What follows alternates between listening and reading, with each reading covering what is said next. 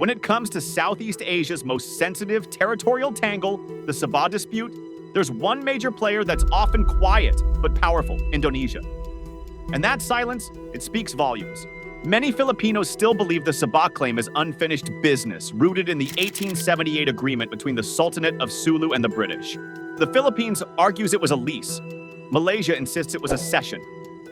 Today, Sabah is a Malaysian state, and Kuala Lumpur sees the matter as settled, closed, signed, and sealed through the 1963 Act of Self-Determination when Sabahans voted to join Malaysia. But what happens when the third largest country in the world's biggest archipelago, a nation of 280 million people, is watching from the sidelines? Indonesia's official stance is neutrality. As a founding member of ASEAN, Jakarta proudly champions non-interference in its neighbors' internal matters. But neutrality doesn't mean not caring. In truth, Indonesia's interests lie in preserving the status quo. Why? Because Indonesia and Malaysia share more than just a border, they share cultural roots, deep economic ties, and regional security responsibilities. In 2024, trade between the two nations surpassed $24 billion. They coordinate anti-terrorism efforts in maritime zones, especially in the Sulu Sea, and frequently align on major ASEAN policies. Indonesia values Malaysia as a strategic ally, and disturbing that balance over an old territorial claim? That's not in Jakarta's playbook. Still, what about the Philippines? Indonesia and the Philippines have a warm and cooperative relationship, from joint patrols to economic partnerships. But when it comes to Sabah, Indonesia draws a firm line. This is a bilateral issue, one for Manila and Kuala Lumpur to resolve peacefully. Jakarta has never officially backed the Philippines' claim and avoids any statement that could be read as taking sides. To do otherwise risks opening a Pandora's box of dormant border issues, not just for Indonesia, but across ASEAN. It's not just political caution, it's strategic preservation. And let's not ignore the real-world spark. In mid-2024, when a Filipino presidential hopeful brought up Sabah in a campaign speech, tensions reignited online. Meanwhile, Malaysia reaffirmed its stance through court rulings, stating that annual payments to the heirs of the Sulu Sultanate were never an admission of ownership. And Indonesia? It released a calm, diplomatic statement supporting bilateral resolution and peaceful dialogue. That's it. No drama, no sides taken, just a consistent reminder: we're staying out of this, but keep it peaceful. So, will Indonesia ever back the Philippines in this dispute? The answer, realistically, is no. Not because Jakarta dislikes the Philippines, but because the cost of choosing sides far outweighs any historical empathy. Indonesia sees itself as ASEAN's stabilizer, a country that values harmony, not headlines. Their silence isn't passive, it's calculated. And behind that calculated calm is a quiet preference. Keep Sabah where it is, keep peace in the region, and don't let history disrupt modern alliances. To Filipino viewers and readers, this might feel like a cold reality, but it's how geopolitics often works. Sentiment matters less than stability. Indonesia's loyalty is to regional unity, and its message to both claimants is crystal clear. Resolve it peacefully, and don't drag others into the storm. The Sabah issue is far from forgotten. But for now, Indonesia's stand is firm, quiet, and unmistakably neutral, with a wink toward the status quo.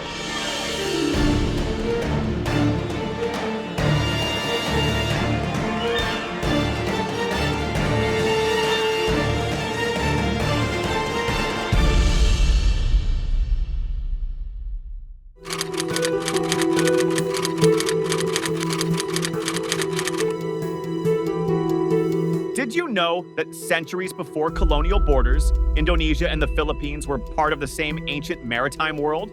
Long before maps were drawn by Europeans, the ancestors of modern Filipinos and Indonesians sailed the same waters, spoke related tongues, and traded goods, culture, and even royal influence. From the 900 CE Laguna copperplate inscription, which mentions Javanese nobles, to the 14th century Nagara Kertagama, where the powerful Majapahit Empire listed areas in the southern Philippines as within its reach, these two nations have always shared more than just geography. It's not just proximity, it's bloodline, language, and soul.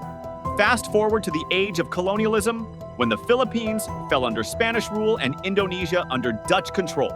Though colonized by different empires, both peoples bore the weight of foreign domination for centuries, developing a shared narrative of resistance, struggle, and the eventual birth of modern nations.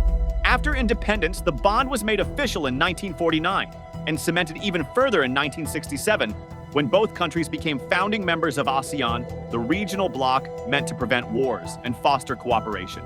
As the Philippine Department of Foreign Affairs put it, the two countries enjoy a cordial bilateral relationship in the spirit of kinship. And truly, for most of history, they have. Today, that kinship lives on, especially in the fight against regional threats. Security cooperation is tight.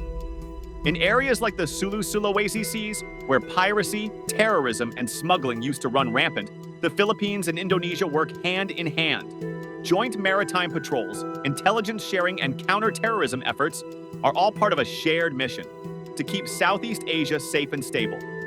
That's not just neighborly, that's brotherhood in action. When bombs went off in Mindanao or threats loomed near Kalimantan, both countries responded with solidarity, not silence. On the economic front, there's progress too. Through BIMPEAGA, the Brunei Darussalam Indonesia Malaysia, Philippines East ASEAN Growth Area, both nations are turning border zones from conflict-prone areas into hubs of opportunity. The goal? Economic inclusion, connectivity, and sustainable development, especially for the historically underserved regions in Mindanao, Sulawesi, and Borneo. It's not flashy, but it's transformational, building peace through prosperity. And let's not forget the human dimension. There are Filipino communities in Indonesia and Indonesian citizens living in the Philippines. While the flow of Indonesian workers to the Philippines is relatively small compared to the tens of thousands who migrate to Malaysia, the people-to-people links remain steady and friendly. Education exchanges, cultural programs, and interfaith dialogues all help to strengthen that Malay kinship many still feel beneath the layers of modern statehood. But here's where things get delicate and maybe even a little uncomfortable. As we convene today, let us take this opportunity to not only celebrate these milestones, but to also affirm our shared vision for a more integrated, prosperous, and resilient BIMP-IAGA. The path ahead calls for even greater synergy, innovation, and political will. I am confident that through our cooperation, we will continue to transform these aspirations that we have held into lasting impact for our peoples. Despite all the brotherhood, all the shared ancestry and strategic alignment, Indonesia has never publicly supported the Philippines' claim over Sabah. Not during Sukarno's era, not during ASEAN summits, not even when tensions spiked. Yes, during the 1960s, Sukarno flirted with the idea of a united Malay world and sympathized with anti-colonial movements, including the Philippines' claim. But sympathy was where it ended. Since then, Indonesia has firmly respected Malaysia's sovereignty and avoids stirring any pot that could undermine regional unity. This silence is strategic. Indonesia sees itself as a regional stabilizer, not a kingmaker. It values good relations with both nations. But in the real world of diplomacy, keeping peace means avoiding endorsement. For Jakarta, the Sabah issue is not a place to take sides. It's a tightrope of trust, and Indonesia has chosen to walk it with caution, not confrontation. So while Indonesia and the Philippines share a deep-rooted past and a strong present, when it comes to Sabah, don't expect Jakarta to raise a flag. Its loyalty lies in regional calm, mutual respect, and strategic neutrality. Because sometimes, in diplomacy, the loudest message is the one left unsaid.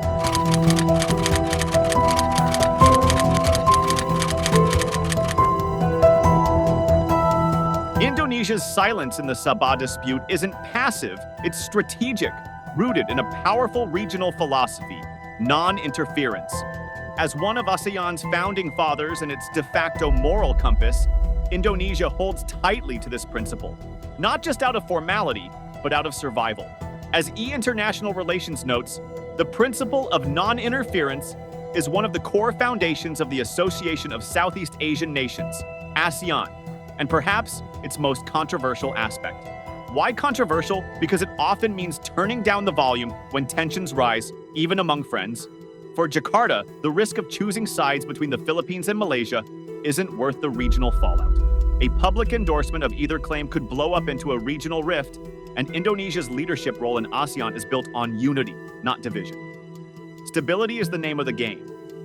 Indonesia understands that territorial disputes are like dry grass, one spark, and the whole neighborhood catches fire. By refusing to take sides, Jakarta is not dodging responsibility, it's preventing escalation. This is especially important in a region like Southeast Asia, where historical grievances are layered and national pride runs deep. Choosing neutrality allows Indonesia to remain a trusted mediator, not a suspicious player. And let's be real, it also protects Indonesia's economic interests. Both Malaysia and the Philippines are important trading partners. Indonesia can't afford to risk either relationship. In 2023, Indonesia's trade with Malaysia alone surpassed $24 billion. And economic corridors with the Philippines continue to grow, especially under the BIM-PEAGA initiative. But economics isn't just about numbers, it's also about people. In Sabah, tens of thousands of Indonesian migrant workers live and work, many undocumented, many raising children far from home. Their welfare is a direct concern for Jakarta. Any diplomatic strain with Malaysia could jeopardize the lives of these workers and the efforts to give their children access to basic education and healthcare. That's why, just recently in July 2025, Indonesia and Malaysia signed a new deal to create more community learning centers in Sabah and Sarawak, clear proof that cooperation, not confrontation, is Jakarta's chosen path. Then there's the ghost of the past. Indonesia has been there, done that, and paid the price. During the 1960s, Sukarno's aggressive stance against Malaysia's formation, especially the inclusion of Sabah and Sarawak, led to the Konfrontasi, a dark period of military clashes and diplomatic breakdowns. The lesson: confrontation isolates, dialogue unites. In 1966, Indonesia formally recognized Malaysia, including Sabah as part of it. That wasn't just a political move, it was a full pivot in Jakarta's foreign policy toward diplomacy over disruption. That lesson still guides its approach today. And perhaps most critically, Indonesia has no horse in this race. It doesn't claim Sabah. It has no territorial ambitions there. This makes neutrality easier and more credible. Jakarta isn't stuck between principle and personal gain. It can lean fully into being a peaceful observer, a facilitator of calm, and a model of ASEAN's long-standing approach to conflict: quiet, steady, and principled. In short, Indonesia's stance on Sabah isn't about avoiding the issue. It's about protecting the region, its people, and its place as a stabilizing force. It's about choosing peace because it remembers what war costs. And it's about walking the talk of ASEAN unity, even when the pressure mounts to pick a side.